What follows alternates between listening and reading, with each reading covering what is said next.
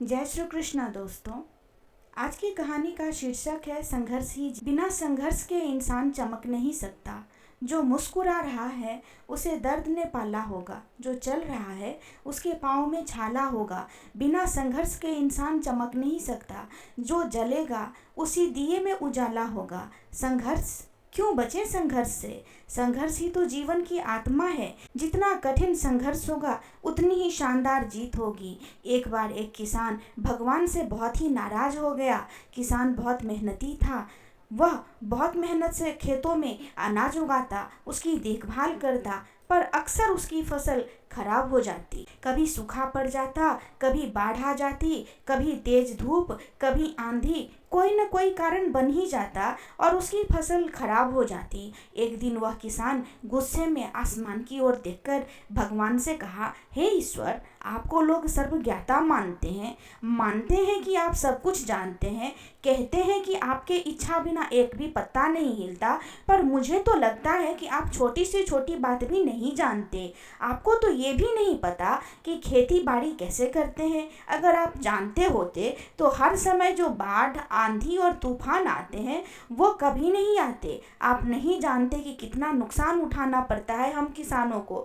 यदि आप मेरे हाथ में यह शक्ति दे दें कि जैसा मैं चाहूँ वैसा मौसम कर दूं, फिर आप देखना मैं अन्न के भंडार लगा दूंगा। भगवान इस किसान के तीखे वाक्य सुनकर मुस्कुरा रहे थे और वह किसान के सामने प्रकट होकर बोले, मैं आज से तुझे यह शक्ति देता हूँ कि तुम अपनी खेतों पर तुम्हारी जैसी इच्छा हो तुम वैसा मौसम कर दोगे। मैं बिल्कुल भी दखल नहीं दूंगा। तुम्हारी इच्छा से सब कुछ होगा। किसान बहुत खुश हो गया। किसान ने गेहूं की फसल अपने खेतों में बोई। जब उसे लगा कि खेतों को धूप चाहिए तो खेतों को धूप मिले, जब पानी बरसना चाहिए तभी पानी बरसा। आंधी, तूफान, बाढ़ कुछ भी उसने अपने खेतों पर आने नहीं दिया। किसान के खेत में इस वर्ष ऐसी फसल हुई जैसी कभी नहीं हुई थी। हरी भरी लहलहाती फसल। मन ही मन वह बहुत खुश हो गया और सोचने लगा, अब सबूत के साथ दिखाऊंगा भगवान को कि इसे कहते हैं शक्ति का सही उपयोग। मेरी सफलता देखकर उन्हें अपने नियम जरूर बदलने पड़ेंगे। कुछ दिन गुजरे, फसल कटने को तैयार हो गए। किसान बहुत उत्सुकता के साथ फसल को काटने लगा, पर जैसे ही उसकी नज़र गेहूं की बालियों पर गई तो उसने अपना सिर पीट लिया और वह रोने चिल्लाने लगा। गेहूं की एक भी बाली के अंदर गेहूं का दाना नहीं था। सारी बालियां अंदर से खाली थी।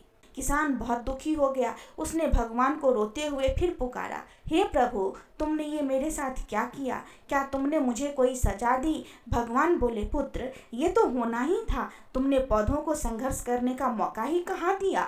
न तो तुमने उन्हें आंधियों से जूझने दिया, न तेज बारिश से सहने दिया, न ही धूप में तपने दिया। एक भी चुनौती का सामना तुमने उन्हें नहीं करने दिया। इसलिए सारे पौधे अंदर से खोखले रह गए। जब आंधी, तूफान, तेज बारिश और धूप पड़ती है तभी ये पौधा अपने अस्तित्व को बचाने के लिए संघर्ष करते हैं। और इसी संघर्ष से एक बल पैदा होता है जिसमें शक्ति होती है, ऊर्जा होती है। और यही ऊर्जा पूर्ति तेरे गेहूं के दानों की तरह जो नहीं फूटी, तूने उन्हें कठिन परिस्थितियों से गुजरने ही नहीं दिया। जहां उनके अस्तित्व का जन्म होता, सारी बालियां इसलिए खाली है, इसमें एक भी गेहूं का दाना इसलिए नहीं है क्योंकि तुमने अपने पौधों को संघर्ष कराया ही नहीं। याद रखिए, स्वर्ण में स्वर्णीय आभा तभी आती है जब वह आग में तपने, गलने और हथौड़े से पीटने जैसे संघर्षों से गुजरता है। कोयले का टुकड़ा हीरा तभी बनता है जब वह उच्च दाब और उच्च ताप की मुश्किल परिस्थितियों से गुजरता है। इसी तरह यदि हमारी जिंदगी में कोई संघर्ष ही ना हो, कोई चुनौती ही ना हो, तो हम भी गेहूं के बालियों की तरह खोखले रह जाएंगे। कोई अस्तित्व नहीं होगा हमारा। विपरीत परिस्थितियाँ, चुनौतियाँ, समस्याएं हमें और अधिक निखारती हैं। यदि जीवन में कठिन परिस्थितियाँ और चुनौतियाँ आए तो घबराना मत, बल्कि सामना करना, विश्वास करना। आप और अधिक निखर जाओगे और अधिक मजबूत बन जाओगे। किसी ने कितना सही कहा है, जिंदगी जीना आसान नहीं होता, बिना संघर्ष कोई महान नहीं होता। जब तक ना पड़े हथौड़े की चोट तब तक पत्थर भी भगवान नहीं होता। दोस्तों, आपको ये कहानी कैसी लगी मुझे कमेंट में ज़रूर बताएं और कमेंट में जय श्री कृष्णा लिखना न भूलें। Thank you.